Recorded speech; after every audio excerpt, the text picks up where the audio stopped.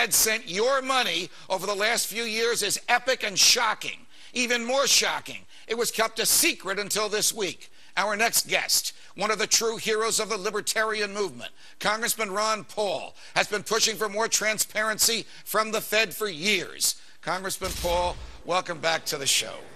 Thank you. You have been calling for transparency from the Fed for many, many years. You were ridiculed, you were criticized, you were even marginalized. Now you're proved correct. What happened in the past week that made your prophecy, your prediction about what the Fed was probably doing, apparent to everybody?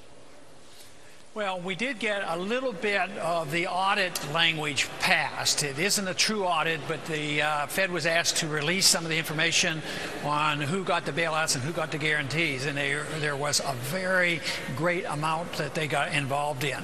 So, but I think what really works is public pressure. I think the people woke up, and the whole fact that we had 320 Democrats and Republicans in the House endorse a full audit meant that the handwriting was on the wall, and the Fed realized they would have to capitulate. It also means the people, if they get upset enough, they will have an effect on the Congress, and the Congress will listen to them, and they put pressure on it. We still have a long way to go. It was great to get that information yesterday, but there's still a lot of international activities that we don't know about. You know, in a way, what we need is some more WikiLeaks on the Federal Reserve. Can you imagine what it'd be like if we had every conversation for the last 10 years with our Federal Reserve people and the Federal Reserve chairman, with all the other central bankers of the world, and every agreement or quid pro quo that they have? I mean, it would be massive. The people would be so outraged. But I think the people are going to be more outraged already on what they're seeing, because it hurts the people. At the same time, it helps the special interests. All right, when the Federal Reserve gives money to the Central Bank of South Korea, or to the Bank of London, or to Societe Generale in Paris, or to a bank in Germany, does it actually give cash, or does it sort of use funny money just by adding zeros to an account somewhere in a ledger sheet? Yes, and we still use the terminology printing money, but there's not much printing of money that's going on. It's a computerized expansion of the credit. But, you know, as bad as it is dealing and bailing out their friends, just think of what this means when it comes to the Congress's responsibility of authorizing and appropriating funds and directing these funds. This is all secret, off budget, right, and no wonder they didn't want us to see. So it's the atrocious nature of the fact that the Fed is a government unto itself, and they can make loans to governments and other central banks. I think there is so much more to learn, and I'm very delighted that the people want to know more about the Fed. Will we ever learn what collateral or what promises may have accompanied those loans to foreign governments, and whether those promises or that collateral was inconsistent with our own foreign policy with those countries?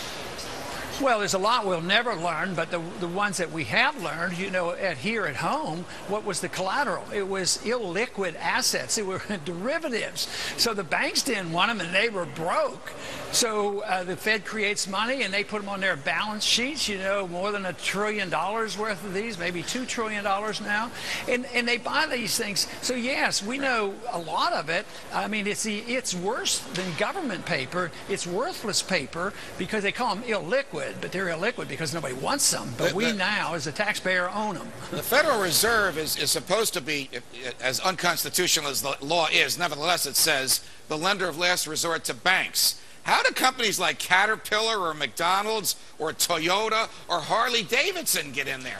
Stated differently, what business does the Federal Reserve have creating funny money and giving it to select American corporations?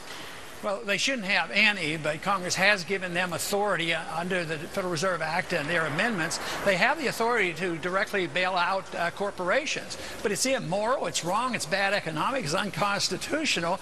And I don't think many congressmen realize that the power that they had, and most people in the country don't realize it. And I am afraid it's going to take a bond bubble collapse, and which means the destruction of the dollar, for people to realize and wake up and say, you know, this whole system was just crazy. It's absolutely crazy. It's built on counterfeit money. We only have about 30 seconds. You called for a WikiLeaks for the Federal Reserve.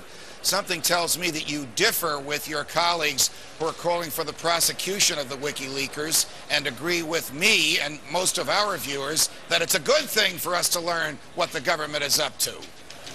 Well, in a free society, we're supposed to know the truth. In a society where truth becomes treason, then we're in big trouble. And now people who are revealing the truth are getting into trouble for it.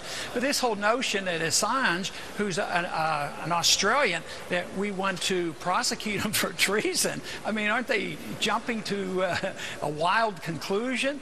No, this is media, isn't it? I mean, why don't we prosecute the New York Times or anybody that releases this? I think Bradley Manley, you know, probably could say he's committed, civil disobedience. But do we think of Daniel Ellsberg as being an enemy of the people? He was a friend of truth. I know still there's probably plenty that still don't like him, but isn't he the one that really gave us the concrete proof that Vietnam was based on a lie? Yes. Most people should know that Iraq and Afghanistan is all based on a lie, too. And the Supreme Court said that he was authorized under the First Amendment to do so. Congressman Paul, thanks for joining us. See you soon. Now to the other big story we've been following.